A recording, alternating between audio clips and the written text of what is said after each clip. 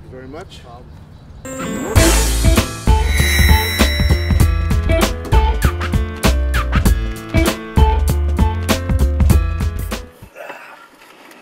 So did you make it, Chuck? Of course. Hi, and welcome to another edition of Talking Sports. I'm Charlie DeBiase, sports writer for the Staten Island Advance. This week's topic is high school golf. We're at Silver Lake Golf Course, and my guest is fellow sports writer Dan O'Leary. Dan, thanks for joining us. Good to be back, Chuck, and let me welcome you officially to the Golf Beat because you haven't covered high school golf until you've sat at the course on a windy and drizzly day. I'm ready. What can I say? Dan, the Catholic boys scene, Monsignor Farrell and St. Joseph Letter C, from what I understand, played sort of a classic the other day. The Lions edged the Vikings 2 playoff holes, 3-2. How was that match? Clinched the division for Farrell, perfect 10-0 season, and it went down right to the end. Ryan Feeney, Farrell's third flighter, had to beat Michael Giatti from C in 2 overtime holes. 2 incredible shots. The first hit the pin on the first overtime hole, and Old Giatti made par. They tied. Went to the second overtime hole. He put 6 inches from the pin for birdie. So it was an incredible match, and it clinched it for Farrell.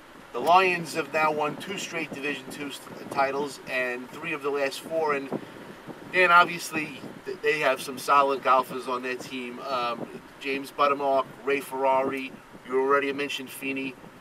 How good are these guys, and how could they make a nice run at the playoffs? Time will tell. You know, there's a lot of good teams out there in addition to Farrell, but this is one of the best teams Farrell's had in a while. All 5 of their guys, the 3 we just spoke of, and Jonathan Lepre and Pete Maselli, all 5 of those guys are shooting, you know, scores of 40 and under in their matches, and it's, you know, they're very deep and very tough to beat. And although the Vikings were the losers in the match the other day, obviously they're very good also. Do they have a chance to do some damage in the playoffs? They're going to be in the playoffs. They've already clinched a spot 8-2. The only 2 losses were to Farrell.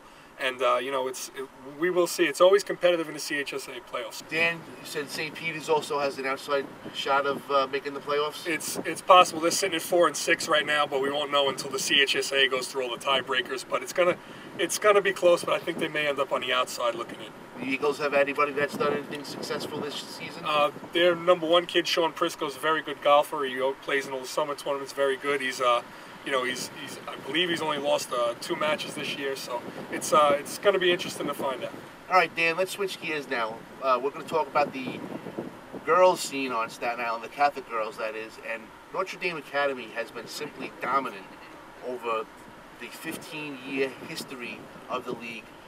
Going into this season, they've only lost 2 matches ever. This year, they've lost 3. Is there a changing of the guard? It seems to be that way. In the 15th year, so far, St. Joseph Hill has established itself as the best team. They're 8-0 after winning on Wednesday.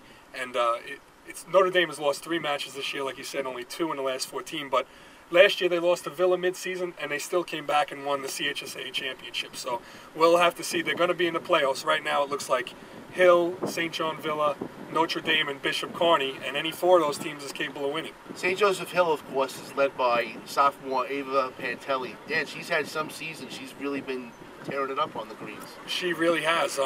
Last year she played #2, and they had a junior, Melissa McGill, playing at #1, and they made it to the championship match where they lost to Notre Dame, of course.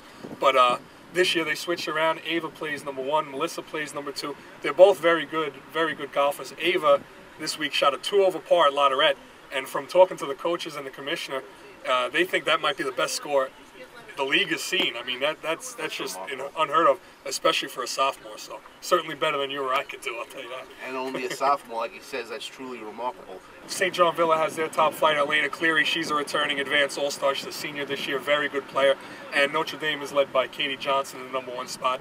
And it's very close. #1s, 1 through 5s, they are very close, and anybody can really beat anybody. There's a lot. The league has improved a lot from where it was 15 years ago. Okay, Dan, now we'll conclude the show by talking about the PSAL boys division. And Tottenville has been simply dominant. They've won a city championship 2 years ago, and they also have a new rival, I guess you would say. They beat Petrides in that city championship. They played them in the semifinals last year. And this upcoming Wednesday, there is a good chance that the two teams will be playing for the Island title. How is that going to be a big match? That's right. It will be a big match on Wednesday, Charlie. Tottenville's undefeated, 9-0. They got 3 matches to go. One, of course, with Patrides. Patrides has 1 loss. It was to Tottenville in a very close match. And they've met each other in the playoffs and over the regular season. They've played very close matches. Tottenville 2 years ago beat Patrides in the city championship. And last year in the city semifinals until Cardozo beat Tottenville in the championship. So they have a very nice rivalry going, and it's 2 very good teams. And who are some of the better golfers on those teams, Dan? Well, Tottenville this year, you have Rob Caporali and Vito Delaberti. That's their top 2. Those guys were part of the championship team. They played the lower flights. Now they're 1 and 2, so it's their year. Patrides has had 5 guys there, you know, for years now. I mean, they only lost 1 player from last year's runner-up, and at the top it's Steven Studo, a younger brother of Alan and Joe, who played with Patrides years ago, and then. I mean, Keith Roger Caruta, Kyle Deal, Sean Computer. These guys have been on team 3, 4 or 5 years, and of course, Max Wade, who's another Patrides younger brother. So they've had that consistency. And anybody else in the division that you can talk about? In the PSAL, there are 3 teams that are going to be looking for those probably final 2 playoff spots. Susan Wagner is in 3rd place right now. They're led by Anthony Gaffredo in their top spot. McKee Staten Island Tech has a returning advanced all-star Nick Holman, and Curtis High School also could be looking there in 5th right now, but could move up and sneak into the playoffs. So it's going to. Okay, well, really quick, does the city champion come from Staten Island this year? I think so. I mean, if I had my guess, I think it's going to be Tottenville and Patrides again, because the Island teams are always traditionally stronger than the city teams. That's just the way it's been, and it's the way it should be again this year. Well, soon enough we'll find out. That's it for this segment of Talking Sports. I'm Charlie DeBiase. And I'm Dan O'Leary, and please continue to follow the coverage of high school golf and all the other sports in the advance, and on our website at highschoolsports.silive.com.